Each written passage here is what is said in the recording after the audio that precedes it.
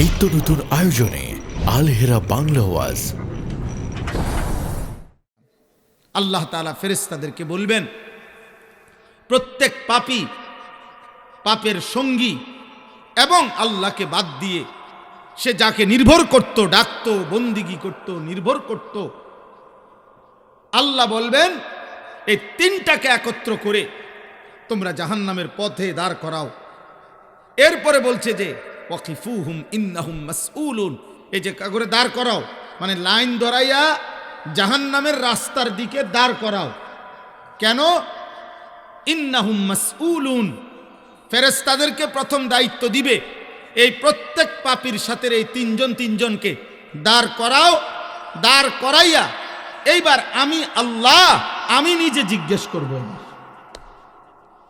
ইন্নাহুম মাসউলুন, এবার আমি আল্লাহর পক্ষ থেকে জিজ্ঞেস করা হবে, বান্দা এত বড় আসমান দিয়ে আমি একটি সেজদা কেন পেলাম? এত বড় জমিন দিয়ে আমি একটা সেজদা কেন পেলাম না? এত বড় কায়নাত দিয়ে আমি একটা সেজদা কেন পেলাম না? একটা একটা করে সুম্মা লাতুসআলুন্না ইয়াউমাইদিন আনিন নাঈম। খোদার কসম আল্লাহ বলছে, বান্দা একটা একটা নিয়ামত, একটা নিঃশ্বাস, এক লোকমা খাবার, এক ঢোক পানি, হাতের একটা নড়াচড়া, চোখের এক একটি পলক, কানের এক এক শ্রবণ শক্তি, আমি তোমারে যা দিছি এই সৃষ্টির সব কিছু নিয়ামত আমি জিজ্ঞেস করব। হাদিসের মধ্যে আছে হযরত ওমর রাদিয়াল্লাহু তাআলা আনহু 3 দিন ক্ষুধার্ত থাকার পরে আল্লাহর নবী সাল্লাল্লাহু আলাইহি সাল্লামের সামনে 2টা খেজুর আর একটু পানি পান করছেন। নবীজি সাল্লাল্লাহু আলাইহি ওয়াসাল্লাম বলছেন, ওয়াল্লাহি লা তুসআলু আন হাযান নাঈম, আল্লাহর কসম ওমর, কিয়ামতের দিন এই 2টা খেজুর আর এটুকু পানির জন্য তোমাকে আল্লাহ জিজ্ঞেস করবেন যে ওমর এটুকু পানি আর খেজুরের কি শুকর আদায় করেছো? বলো না আব্বা। আজকের সারাটা দিন যারা পূর্ণ সুস্থ ছিল, নওজোয়ান ভাই, সারাদিনে যার কোনো মাথা ব্যথা হয় নাই, পেটে ব্যথা হয় নাই, চোখে কোনো সমস্যা হয় নাই, হাত পাও অঙ্গ প্রত্যঙ্গ যাদের সচল স্বাভাবিক, এত বড় নিয়ামত ভোগ করার পরে এই নিয়ামত দাতা মালিককে একটা সেজদা যারা দিলা না, কেন দিলা না আব্বা?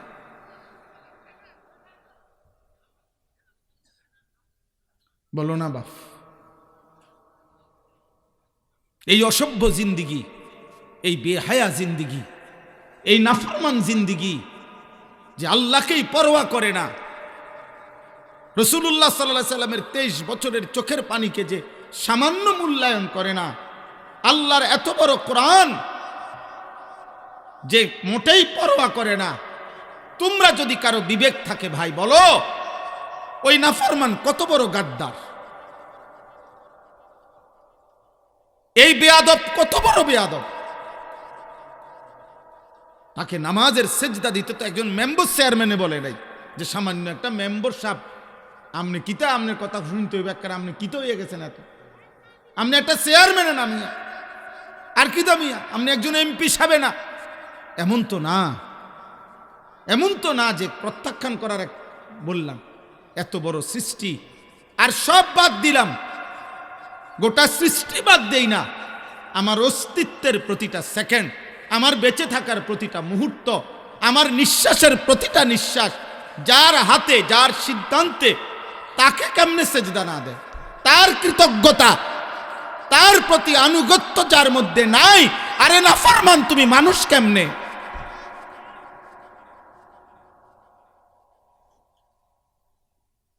আহা, কে তোরে শিখাইলো, কি তোরে শিখাইলো?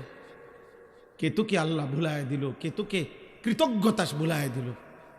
ছি ছি ছি ছি। এই জন্য তো আমি প্রায় বলি, এখনো বেটা আমরা যারা কোরআন সুন্নাহ মাদ্রাসায় পড়াই, কোরআন সুন্নাহর পড়ার পরে আমাদের বাচ্চারা যা শিখে, তার কাছে আসতে গোটা পৃথিবীর, গোটা ইউরোপের সমস্ত পড়ালেখা যদি ট্রাকে করেও আনে বইপত্র নিয়ে আমাদের সামনে দাঁড়াইতে, কোরআন সুন্নাহর এলেমের সামনে, আমাগো নুরানির বাচ্চার সামনে আরো 1 কোটি বছরও তো পারবে না ইনশাআল্লাহ। বেটা চ্যালেঞ্জ করলাম বেটা,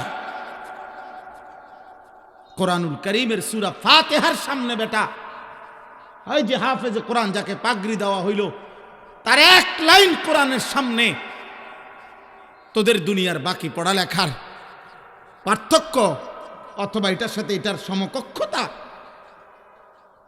কেমনে হবে? কেমনে হবে? মিয়া কি পড়লা, কি শিখলা? কৃতজ্ঞতা বোধ যার মধ্যে নাই, তাকে পৃথিবীর কোন সভ্য মানুষ বলে না। আর আল্লাহর প্রতি কৃতজ্ঞতা বোধ আমাদের থাকা এটা জরুরি, এটা জরুরি। আল্লাহ কোরআনে বলছেন আমি রাত বানাই, দিন বানাই। কেন? লিমান আরাদা আন ইয়াযাক্কারা আও আরাদা শুকুরা, যারা আমার স্মরণ করতে চায় এবং আমার কৃতজ্ঞতা আদায় করতে চায়, শুকর আদায় করতে চায়। ওয়াশকুরুলি ওয়ালা তাকফুরুন, আল্লাহ বলছে বান্দা আমি তোমাকে বলছি আমার শুকর আদায় করো, আমার অকৃতজ্ঞ হইও না।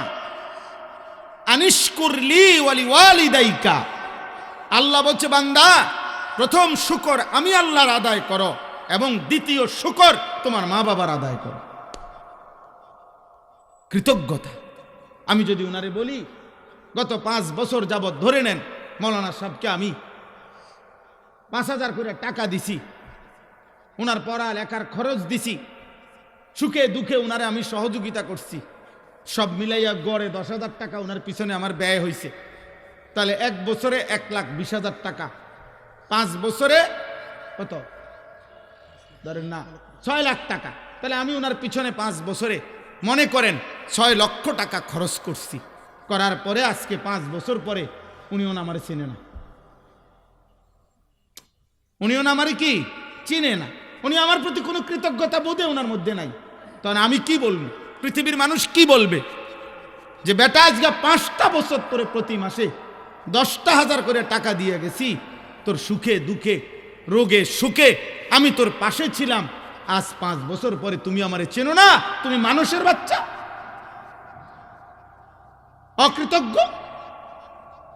মানুষ বলবে কি না বলেন না কেন? তাহলে এত বড় সৃষ্টি কায়নাত, এই আসমান জমিন চাঁদ সূরজ গ্রহ নক্ষত্র আলো বাতাস রোদ বৃষ্টি পাহাড় সূর্য চন্দ্র গ্রহ নক্ষত্র ক্ষেত ফসল ফুল ফল, এই সৃষ্টির এত কিছু এবং আমার অস্তিত্বের সব কিছু দিয়ে যিনি আমি, যাকে আমি একটা সেজদা দেই না, এই নাফরমান মানুষের বাচ্চা হয় কেন? এই অকৃতজ্ঞ মানুষের বাচ্চা হয় কেন? বেটা তোমারে কে শিখাইলো? কি পড়ালেখা শিখছ বলো আব্বা? এতটুকু ভদ্রতা শিখলা না?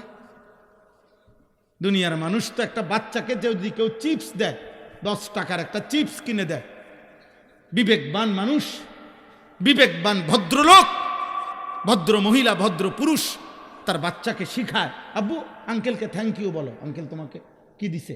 চিপস দিছে, থ্যাংক ইউ বলো, আঙ্কেলকে থ্যাংক ইউ দাও, এটা ভদ্রতা তোমার, মানে কৃতজ্ঞতা আদায় করো। 5-10 টাকার একটা চিপসের যদি বেটা কৃতজ্ঞতা হয়, এত বড় আসমানের কৃতজ্ঞতা নাই? বলো না ছেলের আব্বা বলো। তাইলে কেন সেজদা দিলা না আব্বা? কেন দিলা না বলো? এখন চলে যাও, আমি বক্তার তামসা দেখতে আসছিলাম, আমারে দেখতে আসছিল না, তোমরা তো নামাজ পড়তে আসো নাই, আল্লাহর কথা শুনতে আসো নাই, আল্লাহকে তো তোমরা চিনোই না, আল্লাহকে তো চিনোই না, সেজদা কি তো বুঝোই না, কোরআনকে তো তোমার কলিজায় নাই, তোমার আখেরাতকে তো তোমার বুঝেই ধরে না, তাহলে এক বক্তারে তো দেখতে আসছিলা, তো এখন তো দেখলে, এখন যাও, বেনামাজি বাইর হও, বাইর হও আব্বা, তুমি বাইর হও, হইল তো, দেখছো তো সারছে, এখন যাও। ছি ছি ছি বেটা, আফসোসের বিষয় বেটা, আফসোসের বিষয়। অকৃতজ্ঞ ব্যক্তি মানুষ হয় না, নাশকর মানুষ মানুষ হয় না। মানুষ বলে তার বেটা তুই নিমক হারাম বেটা। নিমক হারাম মানে কি? নিমক মানে লবণ, সামান্য লবণ, লবণের কৃতজ্ঞতা যার মধ্যে নাই, অরে মানুষ বলে নিমক হারাম। নিমক মানে লবণ, তোরে আমি লবণ দিছি বেটা, তো আমার কৃতজ্ঞতা দেখাইলেন। লবণের জন্য যদি কৃতজ্ঞতা না দেখায়, তাহলে যদি দুনিয়ার মানুষ নিমক হারাম বলে, এত সৃষ্টির বিপুল আয়োজন দিয়ে যে মালিক আমার কাছ থেকে একটা সেজদা পেল না, আমি কি পরিমাণ অকৃতজ্ঞ। ছি ছি ছি ছি ছি বেটা। আরে আখেরাত তো বেটা আছেই বেটা। আব্বা, দুনিয়াতেও তোকে ভদ্রলোক বলবে কি, বাপ ভালো মানুষ বলবে কি, বলো আব্বা। এই জন্য দয়া করে আমি অনুরোধ করি বাপ, এই ধমকের মাকসাদ আল্লাহ যেন ওই তালেব এলেমকেও কবুল করে, আল্লাহ যেন তাকেও হক্কানি রব্বানি আলেমে দিন বানায় দেয়। আমার এটা কথা, আমি বুঝি এটা, আমার অস্থিরতা এটা। আমি একটা পেরেশানির কারণে আসলে এই রাগারাগি করি, আমার একটা অস্থিরতা। আমি কোনো 21 বছর ধরে আলহামদুলিল্লাহ আল্লাহর দয়ায় ওয়াজ করা শুরু। আমি আগে এরকম ধমক দিতাম না কেউ, কিন্তু আমার উদ্দেশ্য একটাই, তো একটু যদি অনেক সময় হয় মনোযোগী হইলে, শতভাগ আন্তরিকতা হইলে ধীরে ধীরে কারো না কারো দিলে লাগে। আর আল্লাহর দয়ায় কেউ না কেউ বদলায়। আগামী প্রজন্ম, তোমরা আগামী আরে আব্বা 12 তারিখ পৃথিবীর শেষ নির্বাচন না, কথা বলে না? 12 তারিখ পৃথিবীর শেষ নির্বাচন। 12 তারিখ ইসরাফিল ফু দিবে নাকি? তোমরা বড় হইবা আরো। আল্লাহ যদি তোমা করে হায়াত দেয়, তোমাদের যাদের 14, 16, 18, 20, 25 বছর বয়স, একটা সুন্দর সময় তোমাদের, একটা গোল্ডেন টাইম, একটি সোনালী সময় তোমার। আশ-শাবাবু বাইনা দুআফাইন, তাফসীরের মধ্যে আছে যৌবন হচ্ছে মানুষের দুইটি দুর্বলতার মাঝে।